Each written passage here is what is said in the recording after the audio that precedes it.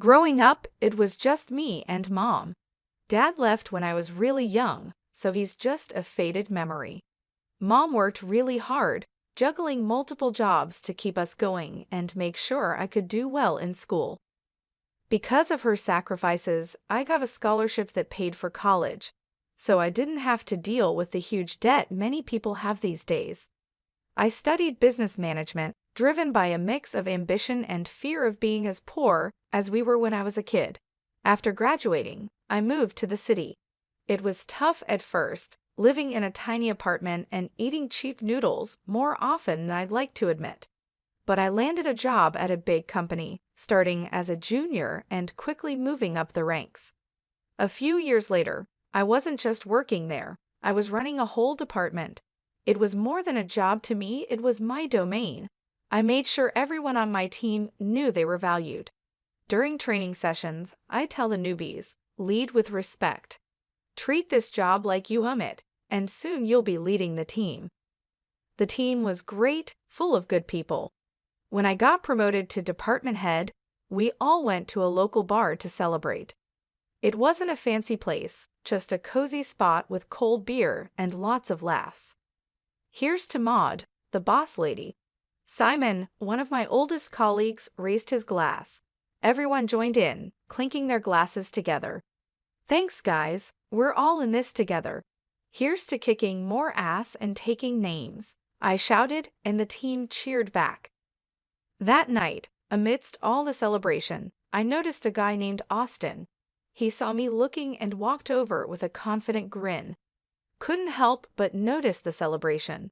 What's the occasion? He asked, leaning against the bar. Just a little career boost, I replied with a smile. I'm the new head of my department now, I said, trying not to sound too boastful. That's impressive. Must be a tough job, he replied, nodding appreciatively. I'm Austin, by the way. Maud. Nice to meet you, Austin. We started talking more seriously than I had planned. It turned out Austin was a financier and knew his way around numbers, just like I knew my way around project plans. Over the next 5 months, our casual dates turned into weekends together. Before long, I was spending more time at his place than my own. He had an amazing apartment with high ceilings, a view that made you want to show it off, and a warmth that my dingy rental couldn't match. One evening, as we looked at the city lights from his balcony, Austin turned to me with a serious look on his usually playful face. He took my hands, and I could feel his nervous energy. Maud, these past months with you have been the best of my life. I know this might seem fast, but when you know, you just know, right? He started, his voice a mix of certainty and hope. I nodded, the cityscape blurring as my heart raced. He pulled out a small box from his jacket and opened it to reveal a ring that sparkled in the light. Will you marry me, Maud?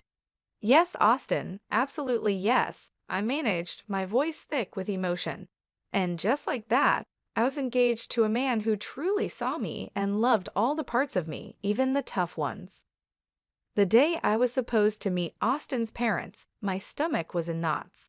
As Austin drove us up to a sprawling mansion with a driveway longer than my entire apartment block, I realized they were more than well off, they were rich.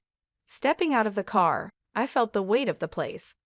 The house looked like something out of an old British movie, all brick and ivy with gargoyles staring down like they knew I didn't belong. Austin squeezed my hand as we walked up to the huge oak doors. You'll be fine, Maud, he whispered, but his voice sounded like he was trying to convince himself too. The door swung open, and there stood Mr. and Mrs. Michael. His suit probably cost more than my rent, and her dress was something you'd see in a magazine. The foyer was massive, with a sparkling chandelier overhead. The walls were lined with portraits of stern-looking people with titles like Sir and Lady. Maud, lovely to finally meet you, Mrs. Michael said. I'm Maxime, and this is my wife, Sydney, Mr. Michael said, his voice smooth but cool with a hint of a practiced English accent. Mrs. Michael gave me a smile that didn't reach her eyes. Pleased to meet you both, I managed, trying to keep my voice steady as we moved into the dining room.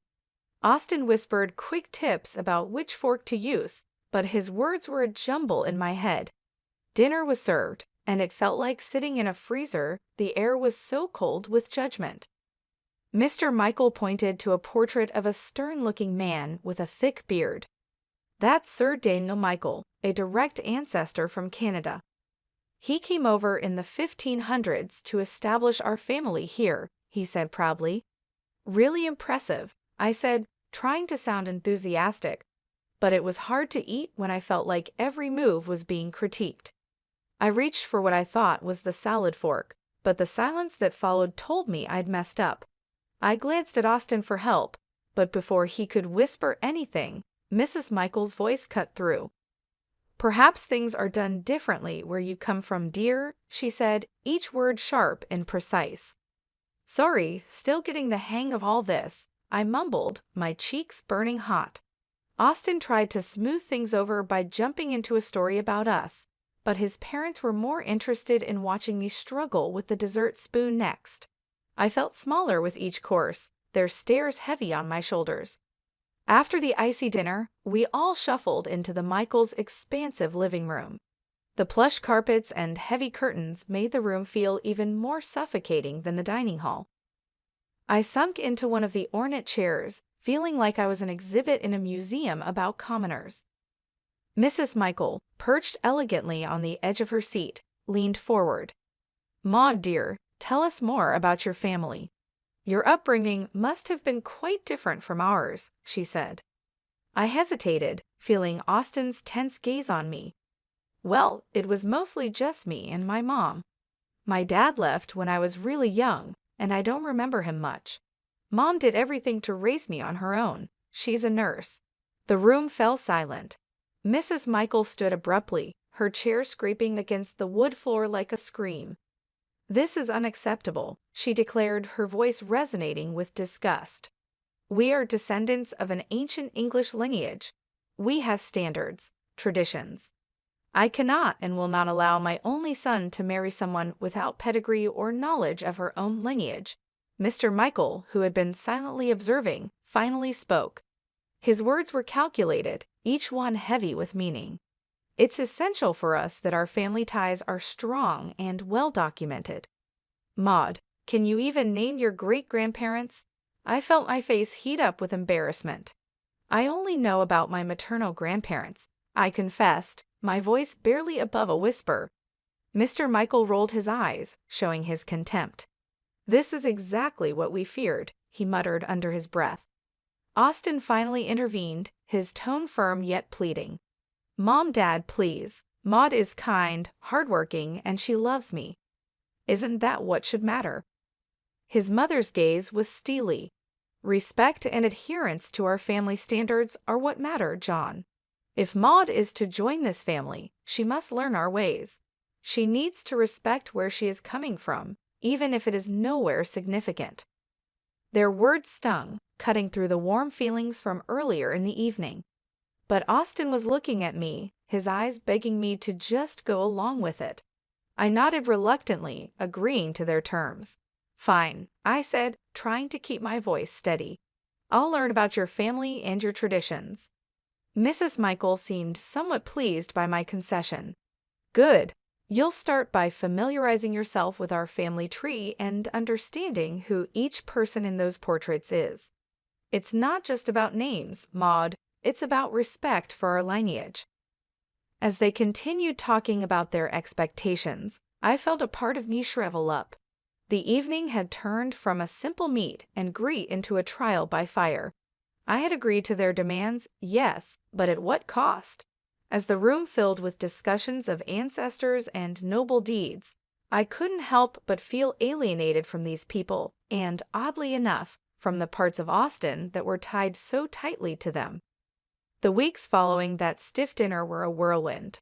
I barely had time to catch my breath between working my day job and attending the slew of etiquette and style courses that Mr. and Mrs. Michael insisted I take. My day started with the buzz of an alarm before sunrise and ended long after the sun had set, leaving me feeling like a zombie. "Elbows off the table, Maud," the etiquette instructor gently chided during one of our sessions. And remember, the soup spoon moves away from you when you scoop. I nodded, attempting to mirror her movements, but my mind was on a million other things like the mountain of work waiting for me back at the office and the never-ending wedding plans. "You're doing well," she reassured me, her voice soothing. "These things take time to become second nature." I gave her a weak smile. "Thanks, it's just a lot, you know." As if on cue, my phone rang. It was Mom. I excused myself and stepped outside to take the call, pressing the phone against my ear while trying to find a quiet corner in the bustling city. "Hi, Mom," I greeted, my voice more tired than I intended. "Maud, darling, how are the wedding preparations going?" she asked, her voice filled with excitement and a hint of concern. I hesitated, not wanting to worry her. "It's all good. Learning a lot. I even picked up how to waltz," I said, trying to keep my tone light. There was a pause, and I knew she wasn't entirely convinced.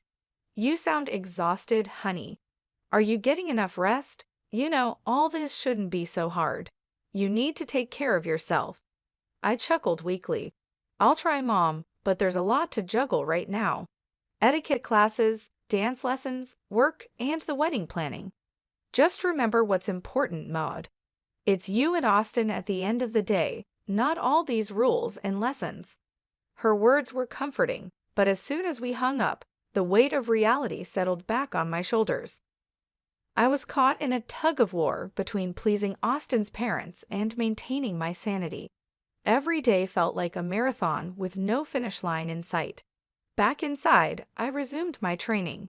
The instructor's voice was a droning background noise as I practiced the proper way to hold a wine glass, pinch the stem, not the bowl, apparently.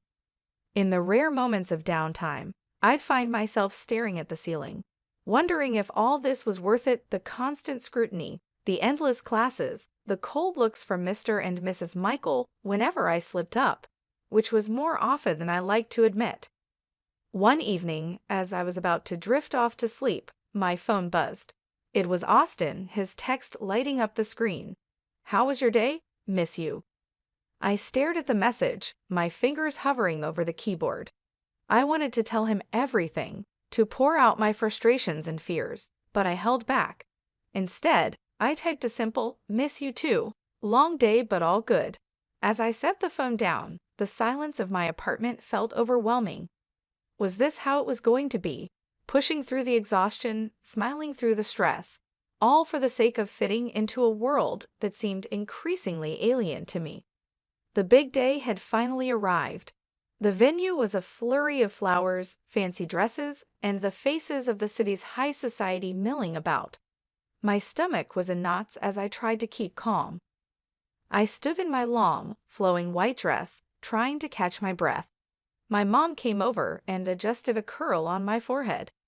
"Everything will be just fine, Maud," she reassured me with a soft smile. I wanted to believe her, but as soon as the ceremony began, any hope of a peaceful wedding vanished. Austin's parents were in full superiority mode. Mr. Michael greeted guests with an air of boastfulness, while Mrs. Michael quickly pointed out to everyone how they had made everything possible. As the guests settled, I tried to mingle, but Mrs. Michael pulled me aside with a frosty smile. "Maud, dear, make sure our friends are taken care of. Fetch some drinks. There's a good girl," she instructed, gesturing towards a group of elderly gentlemen loudly discussing politics. But I started, only to be cut off by her sharp glance. "No buts. You're practically family now. Show some initiative," she snapped.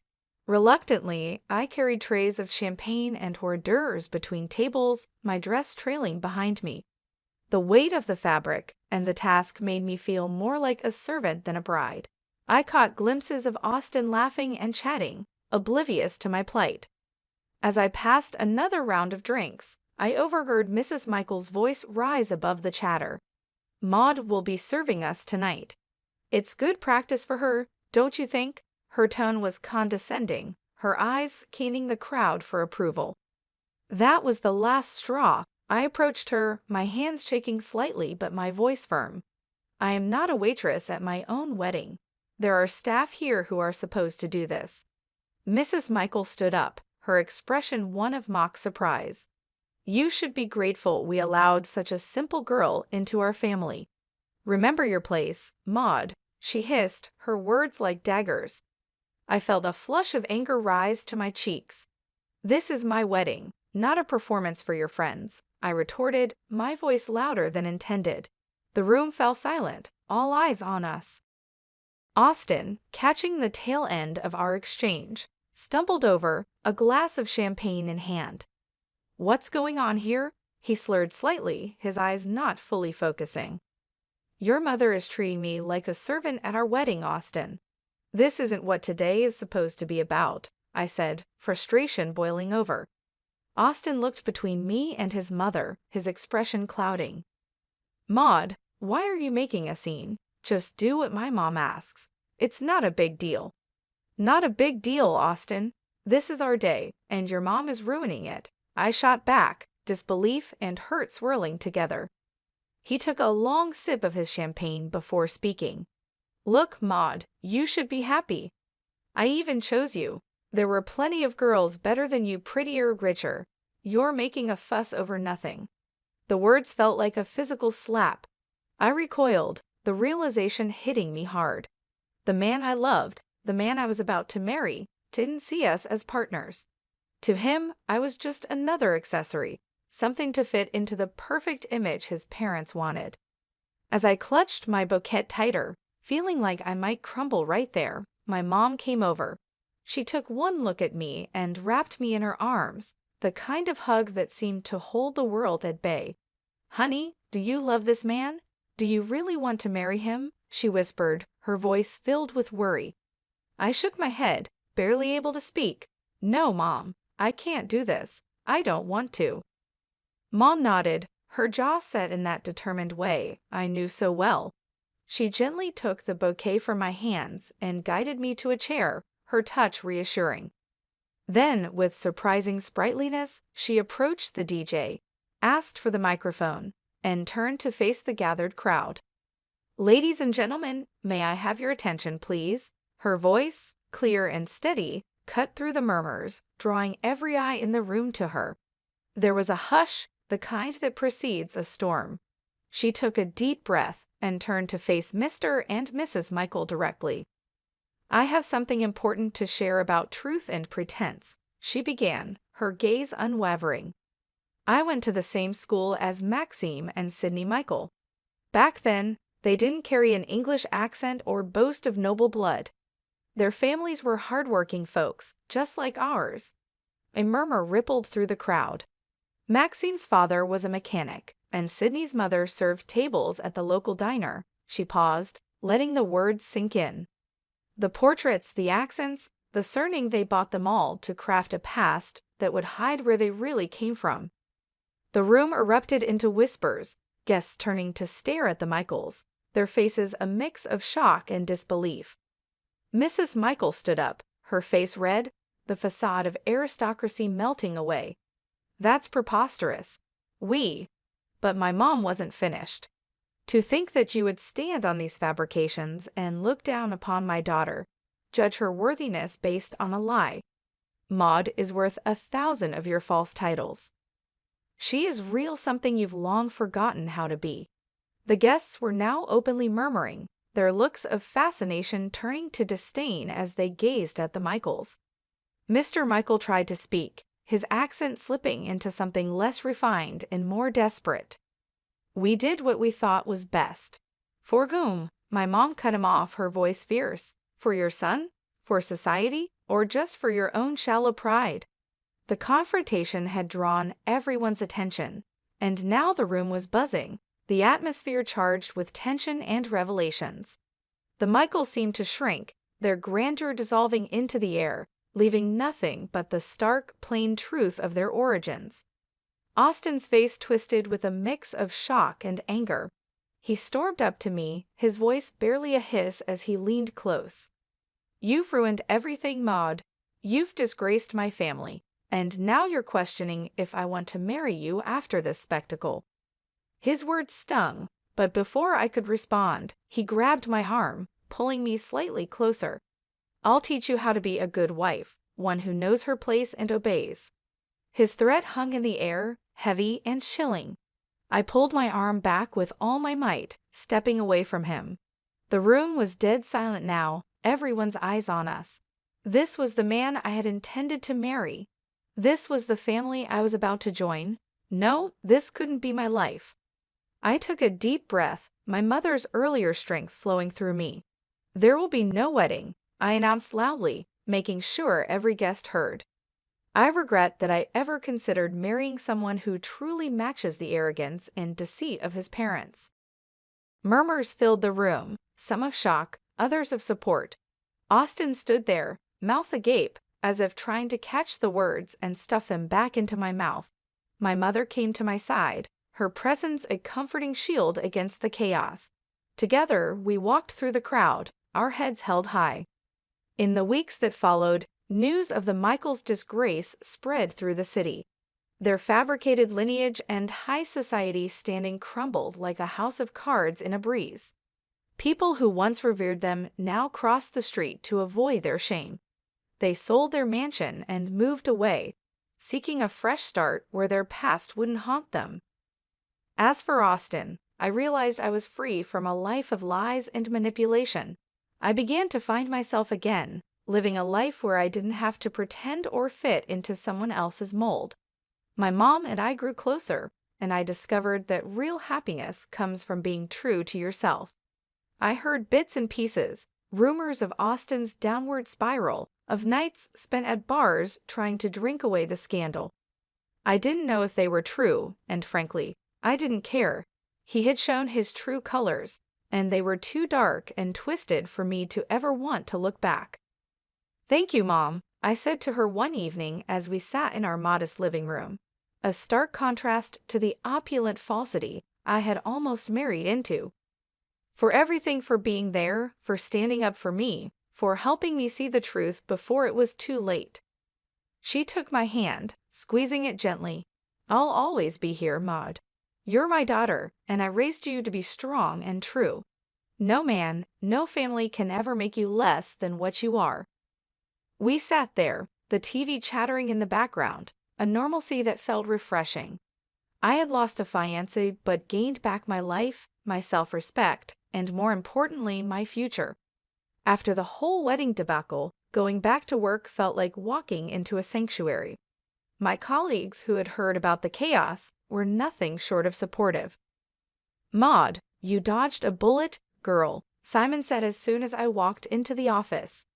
He was leaning against my desk, a steaming cup of coffee in his hand, which he handed to me as a peace offering or maybe a welcome back gift. "Thanks, Simon. Feels good to be back," I replied, taking the coffee and savoring the familiar bitter warmth. And yeah, that bullet was more like a cannonball.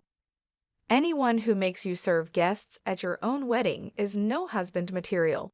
You deserve way better, hun," Sabrina chimed in from her cubicle across the way. I smiled, grateful for the camaraderie. "I think so too. It's nice to be back where I'm appreciated for what I do, not for the family I might have married into." As the days turned into weeks, the support from my team didn't waver. It was during this healing time that I met Andrew. He was a friend of a friend, nothing fancy about his background, just a genuine guy with a quick smile and an easygoing attitude that was infectious. We met at a small get-together, just a few friends hanging out on a Saturday afternoon. He was there, laughing at something silly when I walked in. "Hey, you must be Maud," he said, standing up to greet me. "I've heard a lot about you. All good things, I promise." "Thanks, Andrew. I hope they didn't embellish too much," I replied, trying to match his easy demeanor. We hit it off instantly. His family was the polar opposite of the Michaels. The first time I met Andrew's parents, and they welcomed me with warm hugs and genuine smiles. "Maud, we're just glad Andrew found someone who makes him so happy," his mom said, pulling me into a hug as soon as I stepped through their front door. It was refreshing, the simplicity of it all. No pretenses, no demands, just mutual respect and acceptance. Andrew and I weren't rushing anything.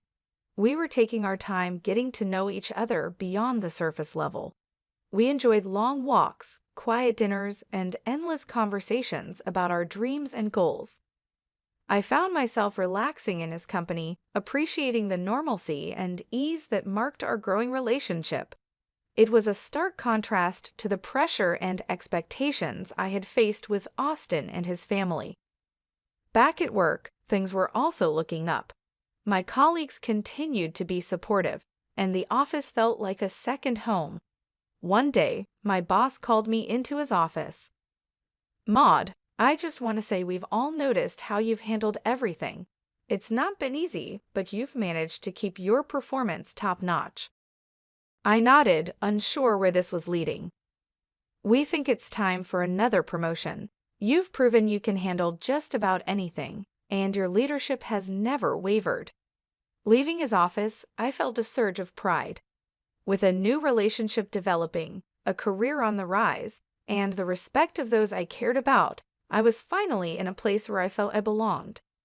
It was a complete turnaround from the chaos and heartbreak I had experienced with Austin and his family. Andrew's family continued to welcome me with open arms. Every visit to their home was filled with laughter and warmth. His parents would share stories from Andrew's childhood, and we would all sit around the kitchen table, enjoying simple, hearty meals. I felt like I was part of their family, and the feeling was mutual. They appreciated me for who I was, not for some image or status. At work, I took on new challenges and responsibilities with confidence. My team respected my leadership, and we achieved our goals together. The promotion brought new opportunities, and I embraced them, knowing that I had the support of my colleagues and superiors. As the months went by, Andrew and I grew closer. We celebrated our small milestones, like the first time he met my mom and the first holiday we spent together. Each step forward felt natural and right. There was no rush, no pressure, just a steady building of a strong, loving relationship. One evening, after a particularly good day at work, Andrew and I were sitting on his couch, watching a movie. He turned to me and said, "Maud, I don't know what the future holds, but I know I want you in it." I smiled, feeling the truth of his words. "Me too, Andrew. Me too." It was in that moment that I realized I had found what I was looking for, not just in a partner, but in life. I had a loving relationship, a fulfilling career, and the support of people who truly cared about me. I had found my place, and it felt like home.